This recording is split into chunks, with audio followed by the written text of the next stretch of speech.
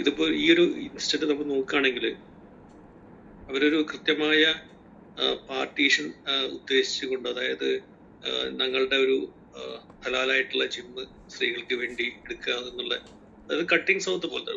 Cutting south അറിയുന്നതാണ്. ഇന്ത്യയെ എങ്ങനെ 2-3 കഷ്ണങ്ങളായി മുറിച്ചിട്ട് ഇന്ത്യയുടെ ശക്തി കുറച്ച് കാണിച്ചുകൊണ്ട് ലോകത്തിന് മുമ്പിൽ മറ്റു രാജ്യങ്ങൾക്ക് നിലനിൽക്കാൻ വെക്കുന്ന സാഹചര്യത്തിലേക്ക് പോയിക്കൊണ്ടിരിക്കുന്നു. അതിനോടനുബന്ധമായിട്ട് ഈ ഒരു മതത്തിന്റെ പേരും പറഞ്ഞിട്ട് പാർട്ടീഷൻ ഉണ്ടാക്കുക എന്നൊരു ശ്രമമല്ല ടീച്ചറേത്, അങ്ങനെ തോന്നുന്നുണ്ട്.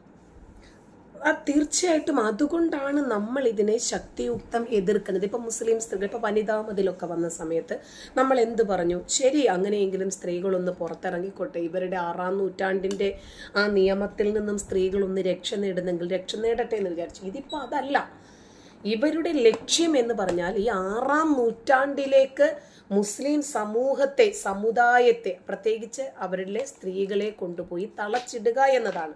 ഇതിപ്പോ ഇതിന്റെ മാത്രമല്ല, ഇവരാദ്യം ഒന്ന് ടെസ്റ്റ് ചെയ്തു നോക്കുവാണ്. നമ്മൾ മൈക്ക് ടെസ്റ്റ് ചെയ്യുന്നത് പോലെ ഇത് ആളുകൾ എങ്ങനെ സ്വീകരിക്കും, ഇതിനോട് ആളുകൾ എങ്ങനെ പ്രതികരിക്കും, ഇതറിഞ്ഞിട്ട് വേണം ഓരോ മേഖല വീതം അവർക്കിങ്ങനെ കൊണ്ടുവരാൻ. ഇതൊരു തുടക്കം മാത്രമാണ്, ഇത് ഒന്നിൻ്റെയും അവസാനമല്ല. ഇപ്പോൾ നോക്ക്, ഇത് കഴിഞ്ഞിട്ട് ഇപ്പോൾ ഈ ജിമ്മിൻ്റെ വിഷയം നമ്മൾ ചർച്ച ചെയ്തുകൊണ്ടിരിക്കുമ്പോൾ തന്നെ തങ്ങന്മാരുടെ ഭാഗത്ത് നിന്ന് വന്ന ചില വിഷയങ്ങൾ കേട്ടായിരുന്നോ? ഒരിക്കലും അമുസ്ലിങ്ങളുമായിട്ട്, കാഫിറുകളുമായിട്ട് നമ്മൾ ഇടപഴകരുത്, നമ്മൾ ഇടകലരരുത്, നമ്മൾ എപ്പോഴും മറ്റുള്ളവരിൽ നിന്നും തികച്ചും വ്യത്യസ്തരാണ്. അതുകൊണ്ട് അവരുമായിട്ട് ഇടകലരാൻ സാഹചര്യങ്ങൾ ഉണ്ടാകുമ്പോൾ അതിൽ നിന്നും നമ്മൾ എത്രമാത്രം വിട്ടു നിൽക്കാമോ അത്രമാത്രം നമ്മൾ വിട്ടു നിൽക്കണം.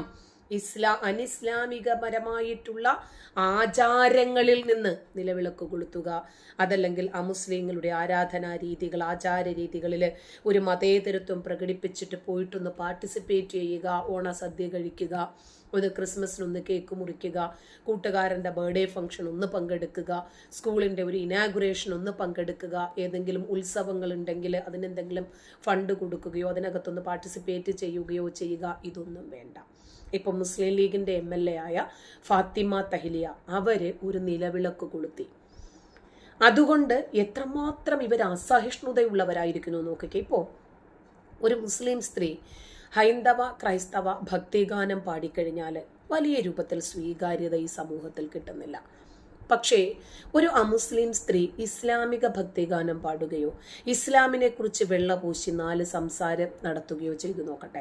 എനിക്ക് ഒരുപാട് യൂട്യൂബേഴ്സിനെ അറിയാം. അങ്ങനെ അവരാദ്യം തുടങ്ങുന്നത് ഒരു മതേതര രൂപത്തിലാണ്. കുറച്ച് കഴിയുമ്പോൾ അവർ പറയും, ടീച്ചറെ എൻ്റെ സബ്സ്ക്രൈബേഴ്സൊക്കെ മുസ്ലിങ്ങളാണ്, അപ്പോൾ പിന്നെ ഞാൻ അവർക്ക് എതിര് പറഞ്ഞു കഴിഞ്ഞാൽ അപ്പോൾ എനിക്ക് വ്യൂവേഴ്സ് ഉണ്ടാവുമോ? നിങ്ങൾക്ക് എന്താ ഇപ്പോൾ വ്യൂവേഴ്സ് ഇല്ലാത്ത കാരണം എന്തെങ്കിലും ഇസ്ലാമിനെ എതിർക്കുന്നത് കൊണ്ടാണ്? ഇസ്ലാമിനെ വിമർശിക്കുന്നത് ഇപ്പോൾ ഇസ്ലാം മതവിശ്വാസികൾക്ക് മാത്രമല്ല മുസ്ലിങ്ങൾക്ക് പോലും ഇഷ്ടമില്ല. അതുകൊണ്ട് അവർക്ക് ഇഷ്ടമുള്ള രൂപത്തിലേക്ക് ഞാൻ അങ്ങോട്ട് മാറി എന്ന് പറയുന്ന ആളുകളുണ്ട്. ഇപ്പം സമസ്തയുടെ പിന്നെ അവരുടെ ഒരു മുഷാവറ യോഗമുണ്ട്, അതായത് കൂടിയാലോചനാ യോഗം. അതിനകത്ത് ഈ പേരാമ്പ്രയിലെ ഒരു റെസ്റ്റോറൻറ്റിൽ വിളക്ക് കൊളുത്തി ഉദ്ഘാടനം ചെയ്ത ഫാത്തിമ തഹ്ലിയ MLA വലിയ രൂപത്തിൽ മതത്തിൽ നിന്നും പുറത്തുപോയവരായിട്ട് ഇവർ പ്രഖ്യാപിക്കുന്നു. ഇതര മതവിഭാഗങ്ങൾ നിർവഹിക്കുന്ന ചടങ്ങുകളും ആചാരങ്ങളും ഒക്കെ ഇവരെങ്ങനെ ചെയ്യും? ഇസ്ലാം മതവിശ്വാസിയായിരിക്കെ, ഒരു സംഘടനയുടെ അംഗത്വം വഹിക്കുന്ന വ്യക്തിയായിരിക്കെ ഇവരിതെങ്ങനെ ചെയ്യുമെന്നുള്ളതാണ് ചോദ്യം. നമ്മൾ നോക്കുമ്പോൾ ഒരു നിലവിളക്കിന് തിരികൊളുത്തി അത്രേ ഉള്ളൂ. ഒരു പ്രത്യേക മതചടങ്ങായിട്ട് കാലങ്ങളായിട്ട് മുസ്ലിങ്ങൾ ഇത് നടത്തി വരുന്ന കാര്യമല്ലേ എന്നതാണ് ചോദ്യം. മുസ്ലിങ്ങളുടെ അവരുടെ ഒരു ആരാധനാ രീതി, വിശ്വാസ രീതിയാണല്ലോ നിലവിളക്ക് കൊളുത്തല്. അപ്പൊ അതെങ്ങനെ ഒരു മുസ്ലിം സ്ത്രീ ചെയ്യും? അപ്പോൾ അങ്ങനെ ഫാത്തിമ തഹ്ലിയ മതത്തിൽ നിന്നും പുറത്തുപോയി. ഇപ്പോൾ പിന്നെ സലഫി പണ്ഡിതൻ, മുജാഹിദ് പണ്ഡിതനായിട്ടുള്ള ഹുസൈൻ സലഫി, ഇസ്ലാമിക് ഓർഗനൈസേഷന്റെ സംസ്ഥാന ജനറൽ സെക്രട്ടറി TK അഷ്റഫ്, ഇവര് അങ്ങനെ നോക്കണം. ഒരു നിലവിളക്ക് ഒരു മുസ്ലിം സ്ത്രീ കൊളുത്തി എന്നതിന്റെ പേരിൽ മുഴുവൻ മുസ്ലിം സംഘടനാ നേതാക്കന്മാരും ഒരുമിച്ച് നിന്നിട്ടാണ് അവരെ എതിർക്കുന്നത്. ഇവിടെ സംഘടനയില്ല, ഇവിടെ ആരാ വില്ലൻ? മതമാണ്. അപ്പൊ ഇതിനകത്ത് ഫാത്തിമയെ അഭിനന്ദിച്ചുകൊണ്ട് കേരളത്തിന്റെ മതേതര ജനാധിപത്യ മൂല്യങ്ങൾ ഉൾക്കൊള്ളുന്ന ആളുകൾ രംഗത്ത് വന്നു. നമ്മളൊക്കെ അതിനെ അംഗീകരിക്കുകയാണ് ചെയ്തത്. വളരെ നല്ലത്. ഒരു നിലവിളക്ക് കൊളുത്തി അവർ ഇസ്ലാമിൽ നിന്നും പുറത്തു പോയിട്ടില്ല, അവർ മറ്റേതെങ്കിലും ഒരു ദൈവത്തെ ആരാധിച്ചിട്ടില്ല. അവർ ഇസ്ലാമിക വസ്ത്രധാരണം വലിച്ചെറിഞ്ഞിട്ടില്ല. നിങ്ങൾ എല്ലാവരും നിലവിളക്ക് കൊളുത്തി തന്നെ ഉദ്ഘാടനം ചെയ്യണം എന്ന് പറഞ്ഞിട്ടില്ല. പേരാമ്പ്ര മണ്ഡലത്തിലെ ഒരു റെസ്റ്റോറന്റ് ഉദ്ഘാടന ചടങ്ങ്. എന്തുകൊണ്ടാണ്? ഇവരൊരു മുസ്ലിം സ്ത്രീ ആയതുകൊണ്ട്, ലീഗിന്റെ നേതാവായതുകൊണ്ട്, MLA ആയതുകൊണ്ട്. അപ്പോ പിന്നെന്താണ്? എതിരെ നിൽക്കുന്നത് ആരാ? ബഹുദൈവ വിശ്വാസികളുടെ ആചാര രീതിയാണത്. അങ്ങനെയാണ് മുഴുവൻ മുസ്ലിം ആളുകളും, ലീഗ് എന്നല്ല, ജമാഅത്തെ ഇസ്ലാമി എന്നല്ല, പോപ്പുലർ ഫ്രണ്ട് എന്നല്ല, SDPI എന്നല്ല, ജമാഅത്തെ ഇസ്ലാമിയോ മുജാഹിദോ സുന്നിയോ ഇതൊന്നും അവിടുത്തെ വിഷയമല്ല. ഒരു മുസ്ലിം സ്ത്രീ അനിസ്ലാമികപരമായ രൂപത്തിൽ ഒരു ആരാധന, ഒരു ആചാര രീതിയെ ഫോളോ ചെയ്തു. അതാണ് മുസ്ലിം മതവേദികളില്, ഓൺലൈൻ കമ്മ്യൂണിറ്റികളിലൊക്കെ വലിയ രൂപത്തിൽ ഇവരെ വിമർശിക്കാൻ സാഹചര്യമൊരുക്കിയത്. വിളക്ക് കൊളുത്തുന്നത് എന്ന് പറഞ്ഞാൽ ഒരു സാംസ്കാരിക ആചാരം മാത്രമാണ്. ഇപ്പം നമ്മൾ ഹാഷ്ടാഗുകളിട്ട് മെഴുകുതിരി കത്തിച്ച് എത്രയോ അനുശോചനങ്ങൾ രേഖപ്പെടുത്തിയിട്ടുണ്ട്. എത്രയോ കുട്ടികൾ ക്രൂരമായി പീഡിപ്പിക്കപ്പെട്ടപ്പോൾ നമ്മൾ മെഴുകുതിരി കൊളുത്തി പന്തം പ്രകടനം ഒക്കെ നടത്തിയിട്ടുണ്ട്. അവിടെയൊന്നുമില്ലാത്ത ഒരു രീതി. ഇത് മതപരമായ പ്രതീകങ്ങളുള്ള ഒരു ചടങ്ങില് ഒരു മുസ്ലിം ജനപ്രതിനിധി എങ്ങനെ പങ്കെടുക്കും എന്നാണ് കൊമ്പ് കുലുക്കി ഇവർ ചോദിക്കുന്നത്. അപ്പോൾ ഒരു പ്രമുഖ എഴുത്തുകാരനും സാമൂഹിക നിരീക്ഷകനുമായിട്ടുള്ള MN കാരശ്ശേരി ഫാത്തിമ തഹ്ലിയയെ പിന്തുണച്ചുകൊണ്ട് രംഗത്ത് വന്നിട്ടുണ്ട്. അദ്ദേഹം മതത്തിൽ നിന്ന് വിഭിന്നമായി ചിന്തിക്കുന്ന ആളാണ്. അപ്പൊ കേരളത്തിന് പണ്ട് മുതൽ തന്നെ സാംസ്കാരികമായിട്ടുള്ള ഒരു ഒത്തുചേരലിന്റെ വലിയ പാരമ്പര്യമുണ്ട്. മുൻകാലങ്ങളിൽ മുസ്ലിം വീടുകളിൽ അടക്കമുള്ള ഇടങ്ങളിൽ വിളക്കുകൾ ചരിത്രപരമായിട്ട് ഉപയോഗിച്ചിട്ടുണ്ടായിരുന്നു. പിന്നെ എന്തുകൊണ്ടാണ് ഒരു നിലവിളക്ക് കൊളുത്തിയപ്പോൾ ഇവരുടെ മതം തകർന്നു പോയോ? ഇപ്പോ മുൻ വിദ്യാഭ്യാസ മന്ത്രി PK അബ്ദുറബ്ബ് ഒരു പൊതുചടങ്ങിൽ വെച്ച് നടൻ മമ്മൂട്ടി തീനാളം കൈമാറിയിട്ടും വിളക്ക് കൊളുത്താൻ വിസമ്മതിച്ച പഴയ സംഭവവും കൂടി ഇവിടെ പ്രതീകാത്മകമായിട്ട് ഇവർ ഓർമ്മിപ്പിക്കുന്നുണ്ട്. അപ്പോൾ രാഷ്ട്രീയം വേറെ, മതം വേറെ. അപ്പൊ നമ്മൾ ഒരു പൊതുസമൂഹത്തിൽ ഇടപെടുമ്പോൾ എപ്പോഴും മറ്റുള്ളവരിൽ നിന്നും വ്യത്യസ്തരാണ് എന്ന് കാണിക്കാനാണ് ഇവർ ശ്രമിക്കുന്നത്. അപ്പൊ ഇങ്ങനെ പൊതു ഇടങ്ങളില് മതപരമായ ചട്ടക്കൂടുകൾ നിർബന്ധമാക്കുന്നത് ഒരു പ്രത്യേക മതവിഭാഗത്തിന്റെ ചിന്താഗതി മറ്റുള്ളവരുടെ മേൽ അടിച്ചേൽപ്പിക്കാനുള്ള ശ്രമമാണ്. 1. 2, ഞങ്ങൾ നിങ്ങളോടൊപ്പം ഇല്ല, നിങ്ങൾക്ക് വേണമെങ്കിൽ ഞങ്ങളോടൊപ്പം കൂടാം. അതായത് ഞങ്ങൾ എന്തോ കൊമ്പും തുമ്പിക്കൈയുമൊക്കെയുള്ള ഒരു പ്രത്യേകമായിട്ടുള്ള ഒരു വ്യത്യസ്ത വിഭാഗമാണ്. നിങ്ങളുടെ ആചാരങ്ങളെ ഞങ്ങൾ പിൻപറ്റില്ല. വിജയ്ക്ക് വേണമെങ്കിൽ നമസ്കരിക്കുമ്പോൾ കൈപൊക്കി എന്ത് ചെയ്യാം? അള്ളാഹുവിനോട് പ്രാർത്ഥിക്കാം, നമസ്കരിക്കാം. ഇവിടെ ഒരു കോലാഹലവും ഉണ്ടാകത്തില്ല. സുരേഷ് ഗോപിക്ക് വേണമെങ്കിൽ നോമ്പുതുറയിൽ പങ്കെടുക്കാം, നമസ്കരിക്കാം, ഒരു കുഴപ്പമില്ല. പക്ഷേ മുസ്ലിങ്ങളിൽ ആരും അങ്ങോട്ട് പോകുന്നത് നമുക്ക് പറ്റില്ല. അപ്പൊ ഇത്തരം ചിന്താഗതി നമ്മുടെ നാട്ടിലെ ബഹുസ്വരതയെ ബാധിക്കും. ഇത്തരം സ്ഥാപനങ്ങൾ ഒരു തരം സമാന്തരമായിട്ടുള്ള മത സംവിധാനങ്ങൾ ഉണ്ടാക്കാൻ, ആ മതം ഫോളോ ചെയ്യാൻ റിജിഡായിട്ടൊരു മാനസികാവസ്ഥയിലേക്ക് മുസ്ലിങ്ങളെ തള്ളിയിടാൻ, സമൂഹത്തെ മതത്തിന്റെ അടിസ്ഥാനത്തിൽ വിഭജിക്കാൻ, ഞങ്ങൾ ഇങ്ങനെ ആയതുകൊണ്ട് നമ്മൾ എന്തോ സൂപ്പർലേറ്റീവ് ഡിഗ്രിക്കാരും നിങ്ങൾ കുറച്ച് താഴ്ന്നവരുമാണ്, ഈ രൂപത്തിലൊക്കെ വിഭാഗീയതയിലേക്ക് വഴിവെക്കും. ജിമ്മുകള്, ഹോട്ടലുകള്, വിദ്യാഭ്യാസ സ്ഥാപനങ്ങള്, പാർക്കുകള്, ബീച്ചുകൾ, ഇതൊക്കെ എല്ലാവർക്കും ഒരേപോലെ തന്നെ ആസ്വദിക്കാൻ കഴിയുന്ന ഇടങ്ങളായിരുന്നു ഇന്നലെ വരെ.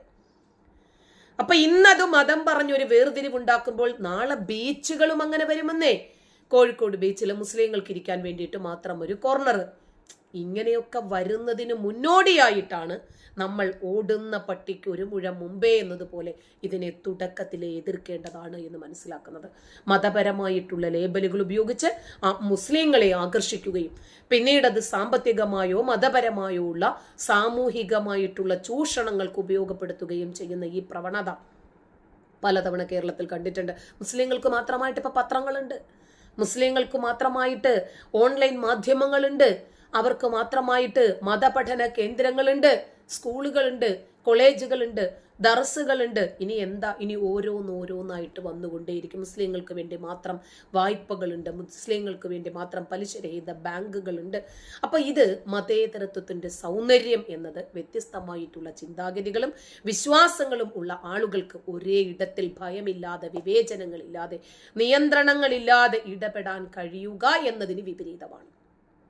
അപ്പൊ ഈ മതേതരത്വത്തെ ഹനിക്കുന്ന, ഈ ജനാധിപത്യപരമല്ലാത്ത രൂപത്തിലുള്ള ഇത്തരം കൃത്യങ്ങളെയാണ് നമ്മൾ ശക്തമായി എതിർക്കുന്നത്.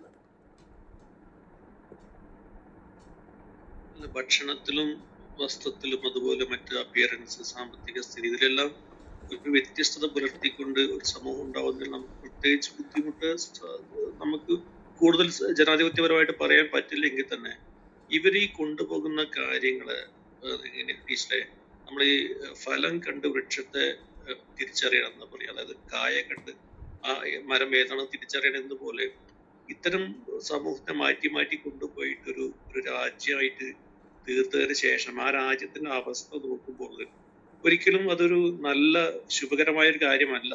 കാരണം ഇവരുടെ രാഷ്ട്രങ്ങൾ മൊത്തം ഇന്ത്യയെ പോലെ മറ്റ് ജനാധിപത്യ രാഷ്ട്രങ്ങളെ പോലെ നല്ല രീതിയിൽ വ്യക്തമായ ഭാഷയെ ഉപയോഗിക്കാത്തതാണ് എങ്കിൽ തന്നെ അത്തരത്തിൽ പോയിക്കൊണ്ടിരിക്കുന്ന രാജ്യങ്ങളാണ്. പക്ഷെ ഇതൊക്കെ ഈ സമൂഹം കാണുന്നില്ല. എന്തുകൊണ്ട് അവരത് മനസ്സിലാക്കുന്നില്ല? ഇത് പോകുന്ന രീതി ജനാധിപത്യ തെറ്റാണ്. നമ്മൾ പോയി കഴിഞ്ഞാൽ ഒരു പക്ഷേ ഇറാനിലെ പോലെ, സിറിയയെ പോലെയോ അഫ്ഗാനിസ്ഥാനെ പോലെയൊക്കെ ആയി നമ്മൾ മാറും എന്നുള്ള ചിന്ത അവർ മനസ്സിൽ ഉറച്ചെടുക്കുന്നില്ല. ടീച്ചർ, ആ ഒരു കാര്യത്തിൽ എനിക്ക് ചെറിയൊരു ബുദ്ധിമുട്ടാണ്. അതിനെ കുറിച്ച് ടീച്ചർ. അവിടെ ഒന്നുമില്ല. അതായത് അവരുടെ മനസ്സിൽ എന്താണ്? മതമാണ്.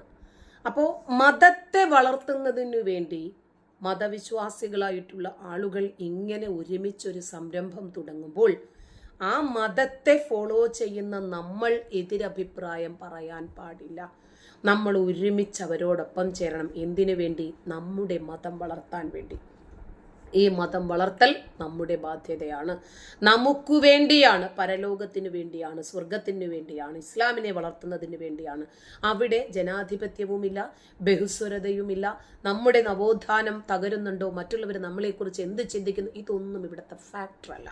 ഒരു ജനപ്രതിനിധിയായിട്ടുള്ള KM ഷാജി മതമാണ് മതമാണ് മതമാണ് ഞങ്ങളുടെ പ്രശ്നം എന്നൊരു പബ്ലിക്കിൽ പറയണമെങ്കിൽ അദ്ദേഹത്തിൻ്റെയൊക്കെ വിശ്വാസവും അദ്ദേഹത്തെ വിശ്വസിക്കുന്ന ആളുകൾ എന്താണ് എന്നെക്കുറിച്ച് ചിന്തിക്കുന്നത് എന്ന ധാരണയും അദ്ദേഹത്തിനുണ്ടായിരുന്നു. എന്നിട്ട് ഇത്തവണ വൻ ഭൂരിപക്ഷത്തോടുകൂടി വിജയിച്ചില്ല. എന്താ കാരണം? അദ്ദേഹത്തിന് വോട്ട് ചെയ്യുന്നത് അത്രയും അതേപോലെയുള്ള സമാന മനസ്കരായിട്ടുള്ള ആളുകളാണ്. അദ്ദേഹത്തെ വളർത്തുന്നത് അവരാണ്.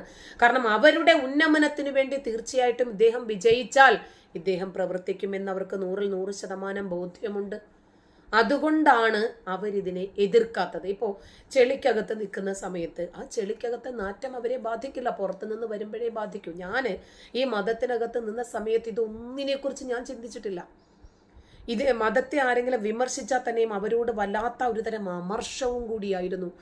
ഇവർക്ക് വേണ്ടെങ്കിൽ ഇവർക്ക് കളഞ്ഞിട്ട് പോയാൽ പോരെ, ഈ മതത്തെ ഇവരിങ്ങനെ വലിച്ചു കീറേണ്ട കാര്യം എന്താണെന്നൊക്കെയാണ് ഞാൻ ചിന്തിച്ചിട്ടുള്ളത്. അവരെ കൊല്ലാനുള്ള കലിയും ഉണ്ടായിരുന്നു. കാരണം നമ്മൾ ഇതിനെ അന്ധമായിട്ട് അനുധാവനം ചെയ്യുന്നവരായതുകൊണ്ട് മറ്റൊരാൾ അതിനെ എതിർക്കാൻ, മറ്റൊരാൾ എതിരഭിപ്രായം പറയാൻ നമ്മൾ ആഗ്രഹിക്കുന്നില്ല. അതുകൊണ്ട് ബഹുസ്വര സമൂഹം നമ്മളെ എങ്ങനെ കാണുമയോ, നമ്മുടെ വളർച്ചയെ ബാധിക്കും. ഇതൊന്നും ഇവിടുത്തെ വിഷയമല്ല. ഇവിടുത്തെ വിഷയം എന്താണ്? നമ്മുടെ മതം. നമ്മുടേതെന്ന് പറഞ്ഞാൽ ഒരു സ്ഥാപനം, അത് വളരട്ടെ. മുസ്ലിങ്ങൾ എവിടെ നിന്നാ കൂടുതൽ സാധനങ്ങൾ വാങ്ങുക? മുസ്ലിങ്ങളുടെ കയ്യിൽ നിന്നാ. ഇപ്പം ഒരു ഇലക്ട്രോണിക്സ് ഉപകരണം അവർ വിളിക്കുന്ന ആ വണ്ടിക്കാരൻ വരെ മുസ്ലിം ആയിരിക്കും.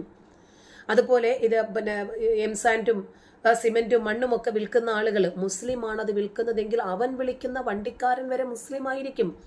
കാരണം അവർക്ക് എപ്പോഴും 10 പൈസ കൂടുതൽ കിട്ടുന്നെങ്കിൽ, കച്ചവടം കൂടുതൽ കിട്ടുന്നെങ്കിൽ, വളരുന്നെങ്കിൽ അത് മുസ്ലിം സമുദായത്തിന് തന്നെ ആയിരിക്കട്ടെ. അതാണ് നമ്മുടെ അൽ മുക്താദിർ വിഷയത്തിൽ ഞാൻ പറഞ്ഞത്. കൊണ്ടുപോയി തിന്നത് മുസ്ലിം തന്നെയല്ലേ, സോയജാതിയല്ലേ കൊണ്ടുപോയി തിന്നത്. അതിനിപ്പോൾ എന്ത് ചെയ്യാൻ? അവൻ കൊണ്ടുപോയി തിന്നിട്ടെ, നമുക്ക് പടച്ചോൻ തരും. ഈ ഒരു മൈൻഡ് സെറ്റാണ് ഇവരുടേത്.